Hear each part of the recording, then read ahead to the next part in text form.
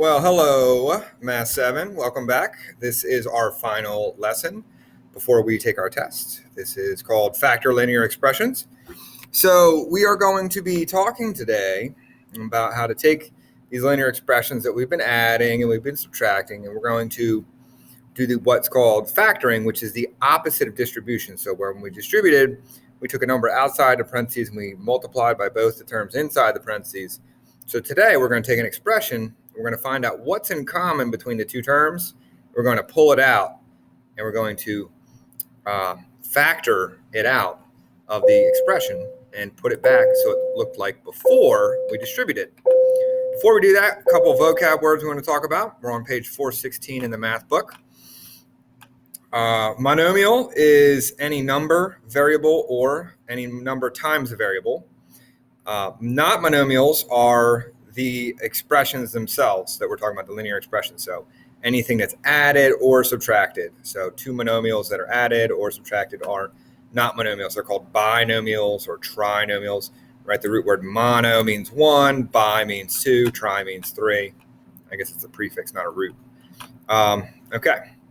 So when you factor something, what that does is it means you write out its product of its factors. Okay, so what is it made up of? So here, if we're just finding the greatest common factor, GCF for short, between two things, you start off with the numbers. What's the greatest common factor between 4 and 12? It's 4. Okay, they both have 4 times 1 and 4 times 3.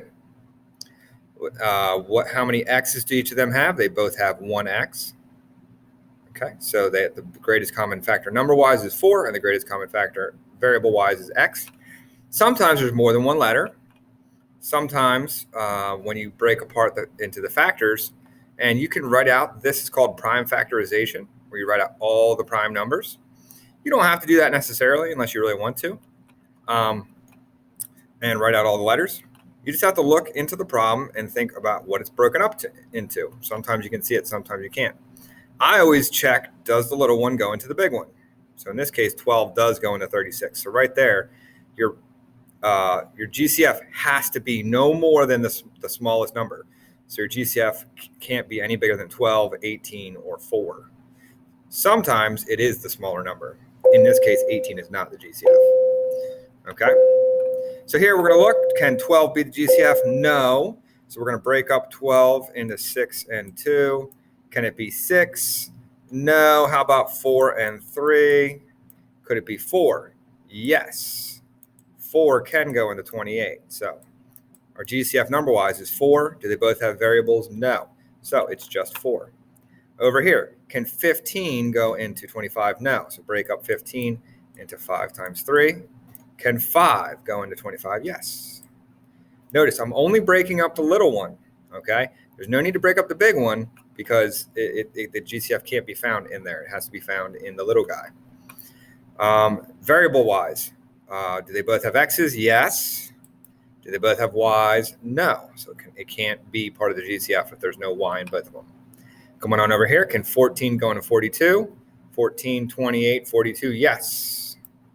14 is my GCF number. Do they both have an M? Yep. Do they both have an N? Yep. So there's our GCFs. It can be a number. It can be a number and a variable. It can be a number and more than one variable. Sometimes there might be multiple M's. So it could be M squared. It could be M cubed, whatever. It can be any amount of whatever, as long as it's in both terms, both monomials. Now, the reason why we did this is because we need to take these and write it in what's called factored form, where you take an expression, you pull out the GCF, and now the GCF's hanging out here, and the leftovers, the remainders, stay inside the parentheses, and now it's called factored form. When we did the distributive property, we took this 4 and distributed it and got this.